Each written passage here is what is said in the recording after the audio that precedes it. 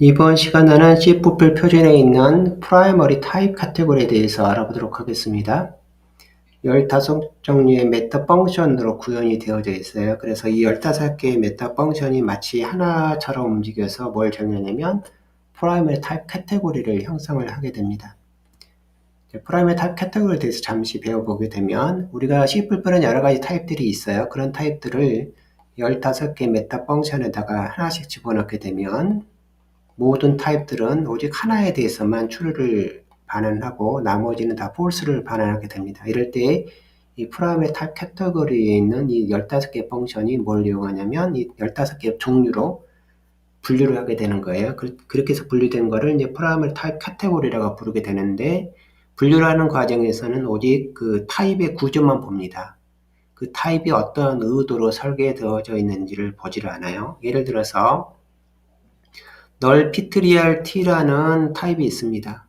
그리고 우리가 0이라든지 널이라는 그 매크로를 이용해서 동일한 의미를 구현을 하고 있지만 이 두 개가 같은 건 아니란 소리예요. 왜냐하면 의미를 보는 것이 아니라 구조만 보기 때문에 그 구조만 보고 15개의 항목으로 나누게 되는데 모든 타입들을 여기다 집어넣고 15개 펑션을 집어넣게 되면 오직 하나에 대해서만 true를 반환하도록 설계를 해놓은 겁니다. 그래서 이 부분을 프라이머리 타입 카테고리라고 부르게 되는 거예요. 그리고 요 위로는 그 기존에 있는 프라이머리 타입 카테고리를 묶어서 또 다른 형태의 복합 타입을 명시하게 돼요. 이런 식으로. 그래서 복합 타입을 이렇게 명시하게 되고 또 복합 타입을 다시 묶어서 또 이렇게 만들 수도 있을 겁니다. 이런 식으로 해서 마치 건물의 구조처럼 차곡차곡 올라가서 타입 시스템을 이제 구성을 하게 되는 겁니다. 그런데 프라이머리 타입 카테고리를 기반으로 한 모든 설계는 타입의 구조를 보기 때문에 역시 복합 타입들도 그런 구조만 보게 되는 겁니다. 그런데 때에 따라서는 이제 의미에 따라서도 분리할 필요가 있을 수가 있어요. 그래서 의미, 시멘틱에 따라서 타입을 또 분리하는 체계가 따로 있습니다. 그렇지만 이번 시간에는 이 타입 시스템에서 존재하는 구조에 따라 분류하는 그 기초를 이루고 있는 프라이머리 타입 카테고리에 대해서 배울 겁니다. 구현하는 과정을 보게 되면 기본적으로 유널 타입 트레이스를 기반으로 하고 있어요. 즉 타입 아규먼트로 t가 전달되어지면 메타 펑션이 뭔가를 계산하고 계산 결과를 컴파일 상수로 반환하게 되는데 이제 불 타입 컴파일 상수로 반환하게 되는 이제 value라는 변수에다가 넣습니다. true 또는 false를 넣도록 만든다는 겁니다. 그렇게 구현하는 이 메타 펑션을 유너리 타입 트레이스를 기반으로 한 메타 펑션이라고 부르게 되는데 15개가 동일하게 이 방식을 따른다는 겁니다.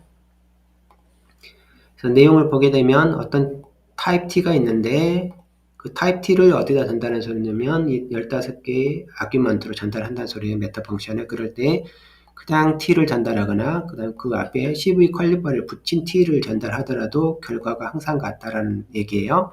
결국 cv 퀄리파이어는 프라이머리 타입 카테고리의 분류에는 영향을 주지 않는다 라고 생각을 하면 되는데 또 이제 이런 오해를 할 수가 있어요. 그러면 cv 퀄리파이어는 타입 시스템이 아니냐? 또 그건 아니에요. 보면 스펙 문서에 보게 되면 cv 퀄리파이어는 타입 시스템에 의해서 서포트되는 거다라고 되어져 있어요. 그렇지만 프라이머리 타입 카테고리에는 영향을 주지 않는 타입 시스템에서 지원한 요소다라는 겁니다. 나중에 이제 그 속성 관련해 추가로 다른 어떤 메타 펑션에는 이 컨스턴스 퀄리파이어가 영향을 많이 줍니다. 그렇지만 프라이머리 타입 카테고리 자체에는 영향을 주지 않는다는 거예요.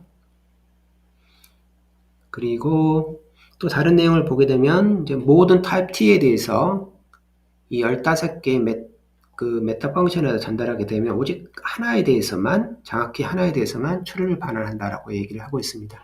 구조적으로만 본다라는 내용도 중요하고요. 자, 그럼 어떤 식으로 구현이 되는지 보면 is void라고 하고 있습니다. 그래서 이 is void라는 소리는 이제 void라는 뭐가 있다는 소리냐면 프라이머리 타입 카테고리가 있다는 소리예요. 여기에 속하냐 물어보는 겁니다. 그래서 t가 주어지면 일단 cv 퀄리파이어를 제거를 합니다. 왜냐하면 우리가 지금 구현은 is same을 하고 있거든요. is same은 두 개가 완벽하게 같아야만 true를 반환하잖아요. 근데 cv 퀄리파이어에 대해서는 반환을 안 해야 되니까 얘를 일단 cv 퀄리파이어를 제거를 합니다. 그리고 두 번째 값을 cv 퀄리파이어가 없는 버전을 사용하게 되면 정확하게 체크가 되잖아요. 그래서 이렇게 해서 만든 겁니다. 그래서 is same을 사용하게 되면 remove cvt가 같이 따라온다라고 보면 되겠습니다. 두 번째는 null point입니다. 이렇게 null point, null 피트리얼 t인 경우에서만 true를 반환하는 타입이에요. 카테고리 이름은 null point라는 카테고리가 있고 여기에 속한다는 소리예요. 우리가 0이라든지 null 같은 경우는 이제 의미적으로 null의 의미를 갖고 있지만 이러한 그 의미를 보는 것이 아니라 타입의 구조만 보기 때문에 오직 null 피트리얼 t에 대해서만 true를 반환하게 됩니다. 리플렉션이라고 하는 또 카테고리가 C++26에 들어가 있는데 이 경우도 메타 인포인지 여부만 체크를 하면 됩니다. 그 다음에 이 스플라팅 포인트라는 타입 카테고리가 있는데 프라이머리 타입 카테고리가 있는데 이제 플랫, 더블, 롱 더블에 대해서만 true를 반환하게 되는데 구현 과정은 디스정션을 이용하면 됩니다. 디스정션과 그 isM을 연달아서 하게 되면 됩니다. 플랫에 속하냐, 더블에 속하냐 이 중에 하나만 true이면 디스정션은 true를 반환하니까 이제 구현이 가능한 거죠. 그 다음에 is integral 같은 경우도 이러한 정수 타입이 있는데 이런 정수 타입인지 여부를 역시 disjunction하고 is same을 연달아서 쭉 해서 명시하면 됩니다. 정수형 타입은 무한대로 있는 것이 아니라 정해져 있는 개수가 있거든요. 그 다음에 새로운 게 추가가 되게 되면 또 표준위원회에서 그 허가 작업을 해야 돼요. 그러다 보니까 몇 개를 딱 정해져 있습니다. 그 부분을 그냥 써주면 된다는 거죠. 그 다음에 array 타입 같은 경우는 기본적으로 false underbar 타입으로부터 상속을 받는데 예를 들어서 그 주어진 타입을 만약 주어진 타입을 배열 형식으로 분류를 할 수 있다. 바운드 형식으로 분류를 할 수 있거나 언바운드식으로 분류를 할 수 있으면 이들은 모두 다 array 타입으로 분류를 하게 됩니다. 그 다음에 reference 같은 경우는 역시 기본적으로 false underbar 타입인데 reference로 분류할 수 있으면 그 다음에 left 분류를 할 수 있으면 rvalue로 분류를 합니다. 그래서 우리가 left가 두 개 붙은 거하고 이거 하나 붙은 거는 서로 나눌 수 있는 개념은 아니거든요. 예를 들어서 left에다 나누기를 이제 파라미터 매핑할 때 이렇게 나누면 이렇게 사라지진 않아요. 두 개가 하나의 의미를 갖습니다. 그래서 이런 식으로 그 레퍼런스가 붙고 안 붙고에 따라서 타입이 아예 갈라진다는 겁니다. 기본적으로. 지금 15개의 타입 카테고리는 아예 타입 시스템적으로 다르게 본다는 게 중요해요.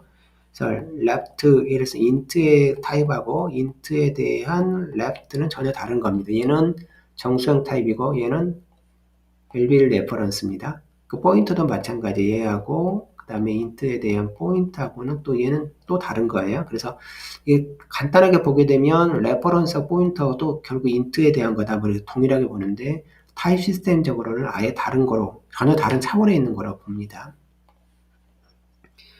그 다음 멤버 오브젝트에 대한 포인터라고 있습니다. 요거는 이제 멤버 오브젝트에 대한 내용인데 우리가 어떤 클래스가 있을 때 그 클래스 내에 이제 멤버 변수도 있고 멤버 함수도 있잖아요. 요 타입에 대한 내용입니다. 근데 멤버 오브젝트하고 멤버 펑션은 기본적으로 구조를 어떤 식으로 분류를 할 수가 있냐면 뭐 예를 리턴 타입이 있고 예를 들어서 리턴 타입이고 A가 있다고 합시다. 그러면 T1을 이런 식으로 쓰고 sRA에 있는 그 포인터잖아요. 포인터를 이렇게 쓸 수가 있어요.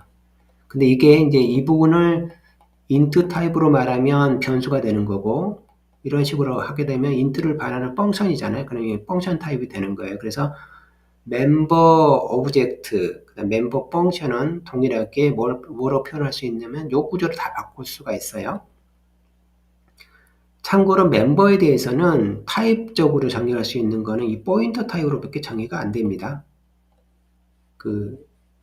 함수, 변수 자체로 정의하거나 멤버 함수 자체로는 정의를 할 수가 없어요. 오직 포인터 타입으로만 명시가 되어져 있습니다. 이런 식으로 하게 되면 둘 다 어떻게 할 수 있다는 소리냐면 이런 식으로 할 수 있다는 소리예요. 두 개로 각각 넣어서 이런 식으로 할 수가 있습니다. 여기에도 T하고 U가 들어가야 되겠네요. 보니까 T하고 U를 넣게 되면 이 부분이 이제 T가 되고 이게 리턴 타입이고 이게 클래스라고 보면 되겠습니다. 두 개 다 일단 어떻게 하냐면 일단 이렇게 분리를 할 수 있다라고 일단 해요. 그런 다음에 상속을 딱 바꿔버립니다. 일단 이렇게 두 개 중에 하나가 되면 어쨌든 간에 멤버인 건 확실한 거니까요. 그럴 때 이 T가 타입이 뭐냐? T가 만약에 펑션 타입이면 펑션에 속하면 그 경우는 이거는 멤버 펑션인 거고, 이 t가 만약에 펑션이 아니면 얘는 어쩔 수 없이 멤버 오브젝트에 대한 포인트다. 이런 식으로 해서 불컨스턴스에다가 값을 넣어줍니다. 이런 식으로 해서 구현하게 돼요. 그럴 때 이 멤버 여기 t 같은 경우에 뭐가 있냐면 그 펑션이 있고 컨스턴스가 붙을 수가 있거든요. 컨스턴스가 붙을 수가 있습니다. 멤버 펑션 같은 경우는. 근데 그 부분을 제거를 해줘야 컨스턴스를 제거를 해줘야 이거를 뭐를 갖고 있었냐면 펑션으로 분류를 하거든요. 그래서 제거를 하고 넣어주는 겁니다. 여기도 일단 제거를 하고 넣어줘서 가지고 펑션인지 확인해서 해보는 거예요. 이렇게 하게 되면 이제 멤버 오브젝트 포인트하고 멤버 펑션 오브젝트를 분류를 할 수 있게 되는 겁니다. 그래서 제가 코딩을 대충 이거는 이해를 위해서 하나 첨부를 해봤는데 이런 식으로 할 수가 있어요. 여기다가 이제 컨스턴스를 넣을 수가 있습니다. 이런 식으로도 제가 알기로는 이런 식으로 넣을 수가 있어요. 그러면 요게 이렇게 보게 되면 이것만 보면 변수처럼 보이지만 그 앞에 있는 타입이 펑션 타입인 거예요.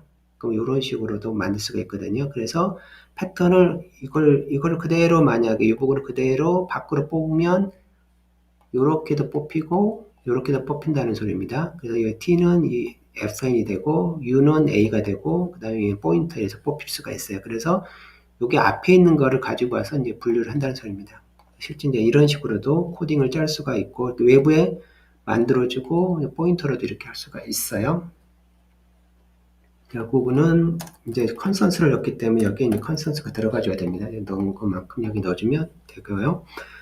그 다음에 포인터 같은 경우는 기본적으로 이런 식으로 하고 있습니다. 포인터 같은 경우는 일단 false를 해놓고 그 포인터가 실은 이제 C에 있던 개념이잖아요. 그 포인터에 포인터가 들어가고 여기에 이제 CV가 중간중간 이렇게 들어올 수 있잖아요. 그래서 요거를 여기 부분에 CV가 있는 버전하고 없는 버전으로 분류를 해서 모두 이제 true로 하게 됩니다. 그래서 기본적으로 어떻게 하냐면 포인터만 있는 경우 패턴 맞거나 포인터 다음에 컨스터가 있는 경우를 맞거나 그 다음에 볼라타일 있는 경우를 맞거나 그래서 모두 다 뭐냐면 CV 퀄리파이어가 상관없이 모두 true로 만들어서 사용하게 됩니다.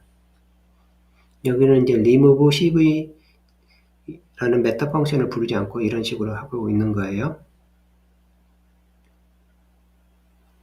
그 다음에 펑션에 대한 내용인데 펑션은 그 구현부를 보게 되면 굉장히 재밌게 구현이 되어 있습니다. 실은 펑션을 일단 t가 주어지게 되면 이 펑션 타입에다가 일단 컨스턴트를 한번 붙여봐요.